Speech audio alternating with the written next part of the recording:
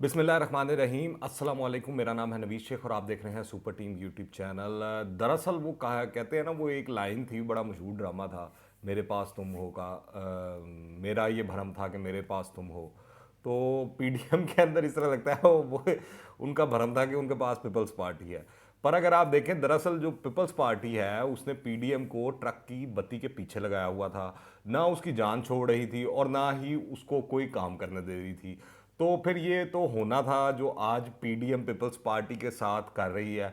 सबसे पहले दो चीज़ें हैं, दो खबरें हैं बड़ी अहम हैं जो सुबह सुबह ही नज़रों के सामने से गुजरी। पहली खबर तो ये है कि पीडीएम ने पीपल्स पार्टी और अवामी नेशनल पार्टी को शोकाज नोटिस जारी कर दिया है। नोटिस में वजाहत तलब की गई है कि सेनेट में जो है बलूचिस्तान अवामी पार्टी बाप से उन्होंने क्यों वोट लिए और उनके वोट लेके वो गिलानी साहब क्यों जो हैं ओपोजिशन लीडर बन गए सेनेट के अंदर। दूसरी जानिब आप देखें, पीडीएम जो है अब बाकायदा तौर पर दो हिस्सों में बट चुकी है, तकसीम हो चुकी है।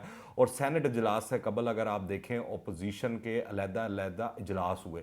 आज़ाद ओपोजिशन के नाम से जो नून लीग, जमीयत उलमा इस्लाम और दीगर जमातें हैं, उन जिनमें पी के मैप है, नेशनल पार्टी है और बीएनपी मैंगल है, उनके सेनेटर्स ने शिरकत की। और ये जो है आज़म नज़ीर तारड़ साहब की ज़ेर सदारत हुआ।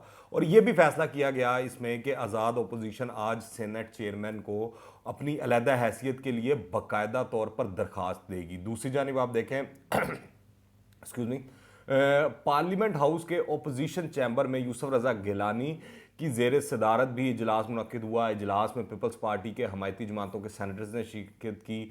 यानी वही जो सेनेटर्स थे जो बाप वगैरह के थे, जिनके मांगे तांगे वोट लेके गिलानी साहब जो हैं सेनेट के अंदर ओपोजिशन लीडर बने हैं। तो अब ये वाजह हो चुका है कि जो पीडीएम है वो नहीं चाहती कि पीपल्स पार्टी उसके साथ चले, उससे राहें जुदा कर ले।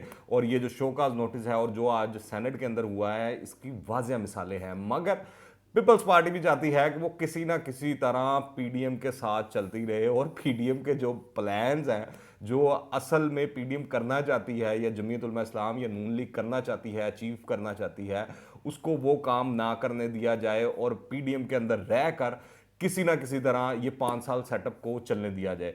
आप देखें, बिलावल भुट्टो जरदारी ने कहा है कि जैसे यूसुफ रजा गिलानी की जो जीत है वो इमरान खान साहब को हजम नहीं हुई, वैसे ही हमारे नून लीग के कुछ दोस्तों को भी जो ये जीत है वो शायद हजम नहीं हुई।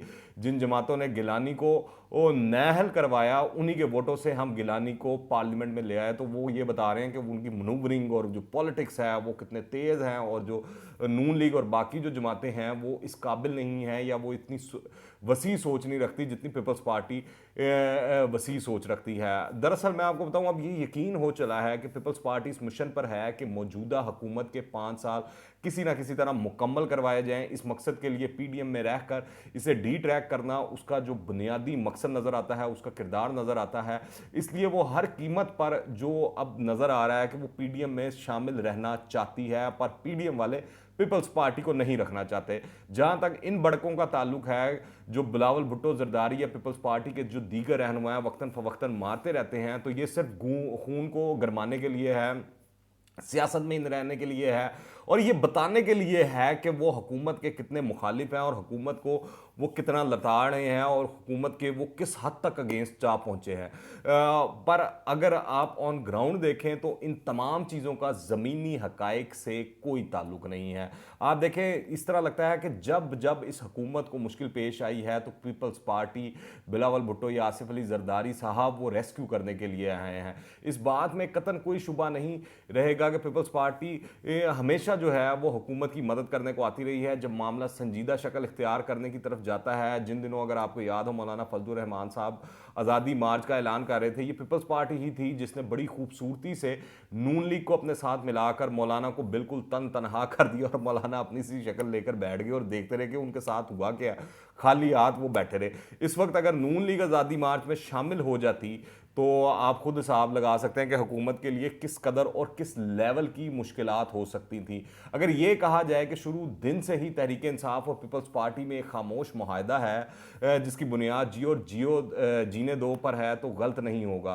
क्योंकि अब ये वाजह होता जा रहा है, नज़र आना शुरू हो गया है कि पीपल्स पार्टी सिंध के अंदर बड़ी खुश है। वो कहती है हमें यहाँ पे ना छेड़े, वहाँ पर जो गॉड फादर हैं वो आसिफ अली जरदारी बने हुए हैं सिंध के, तो वो चाहते हैं कि आप यहाँ पर ना आए, वो हल्की फुल्की नोक झोंक या वो म्यूज़िक चलता रहता है, म्यूज़िकल चेयर्स चलती रहती हैं पीपल्स पार्टी और पीटीआई के दरमियान, मगर कोई बड़ा जो वो कहते हैं ना कि डेंट एक दूसरे को दोनों नहीं डालते। पीपल्स पार्टी ने आप देखें जिस तरह मैं आपको बता रहा हूँ कि 5 साल हुकूमत करनी है सिंध में, और वो इसी सूरत मुमकिन हो सकती है कि वफाक में तहरीक इंसाफ की जो हुकूमत है वो कायम रहे। आप देखें जब पीडीएम का तहरीक का जो सारा टेम्पो टूट गया, वो बेबस होकर बैठ गए हैं, तो बिलावल भुट्टो जरदारी अब फिर दोबारा ये लाना लगाना शुरू हो गए और मैदान में आ गए हैं कि हुकूमत को घर जाना पड़ेगा। भैया अब हुकूमत कैसे घर जाएगी? ऑपोजिशन में हुकूमत को नज़र आ गया कि वो बिल्कुल वीक हो गई है। हुकूमत को अगर घर भेजना होता तो बिलावल भुट्टो जरदारी को चाहिए था कि वो हर सूरत जो 26 मार्च का लॉन्ग मार्च होने जा रहा था उसको मुलतवी ना होने देते, उसमें जाते।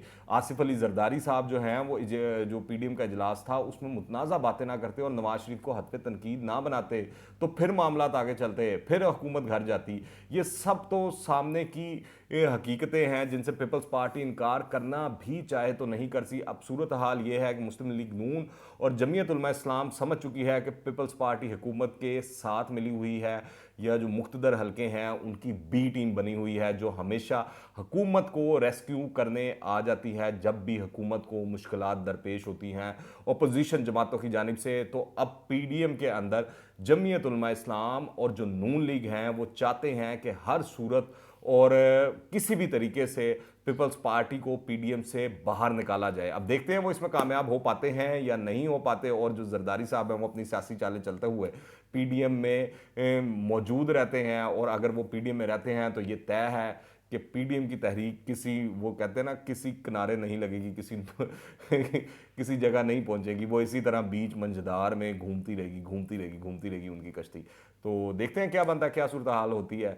आप क्या राय रखते हैं नीचे कमेंट्स में लाजमी बताइएगा। अगर आपने अभी तक इस चैनल को सब्सक्राइब नहीं किया तो इस चैनल को भी सब्सक्राइब कर लें, बेल आइकन को प्रेस करें ताकि ताज़ा तीन अपडेट्स और नई वीडियोस आपको बर वक्त मिलती रहे। अगर ये वीडियो पसंद आए तो लाइक करें और ज़्यादा से ज़्यादा शेयर कीजिएगा। दुआ में याद रखें। अंटिल द नेक्स्ट टाइम, अल्लाह हाफिज़।